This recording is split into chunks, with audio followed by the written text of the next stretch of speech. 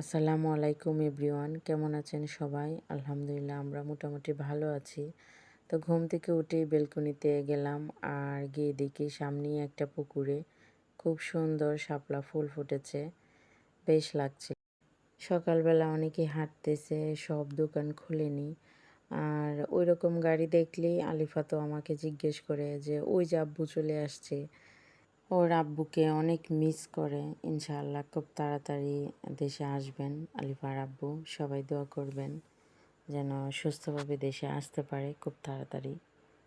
তারপর আপু পিঠা এনে দিল। খুব মজা হয়েছিল পিঠাগুলো। তো আমাদের এলাকায় এই পিঠাগুলোকে বলে থামা পিঠা। তো আপনাদের এলাকায় কি বলে অবশ্যই কমেন্ট করে জানাবেন। পিঠাগুলো কেকের মতো লাগে আর কি, অনেকটাই ভালো লাগে খেতে। তো তারপর আমি একটু আদা দিয়ে চা করে নিলাম। আমার গলাটা একদম বসে গিয়েছিল। বেড়াতে এসে আমরা মা মেয়ে খুব অসুস্থ হয়ে পড়েছিলাম। আমাদের খুব জ্বর আর ঠান্ডা আর একদম গলা বসে গিয়েছিল। তো তারপর দেখলাম আলিফা খেলতে বসে গেছে। ওর জ্বর কিছুটা কমেছে। তো তারপরেই ও খেলতে বসে গেছে। তো আলিফা মনি শুধু লেবু দিয়ে শরবত খেয়েছিল, আর কিচ্ছু খায়নি।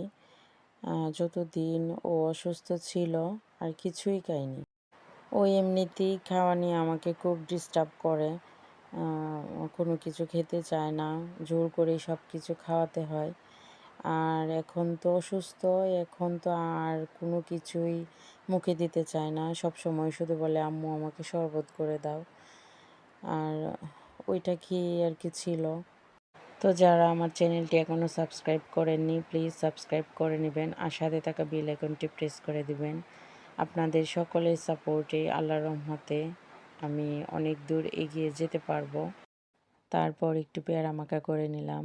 আর দেখবেন জ্বর ঠান্ডা লাগলে একটু টক দিয়ে কোনো কিছু ভর্তা খেতে খুব ইচ্ছা করে। আমার বেলায় আর কি এমনটা হয়, আমার খুব ইচ্ছা করে টক দিয়ে ভর্তা খেতে। তো আমি তেঁতুল দিয়ে পেয়ারা মাখা করে নিলাম। খুব মজা হয়েছিল পেয়ারা মাখাটা। আর এইদিকে আপু দুপুরের রান্না শেষ করলো। দুপুরের রান্নায় ছিল কাঁকরোল ভাজি। আর আমি বলছিলাম আমাকে একটু ঝাল দিয়ে চাপা ভুনা করে দিতে। আর এই চাপা ভুনাটা খুব টেস্ট হয়েছিল।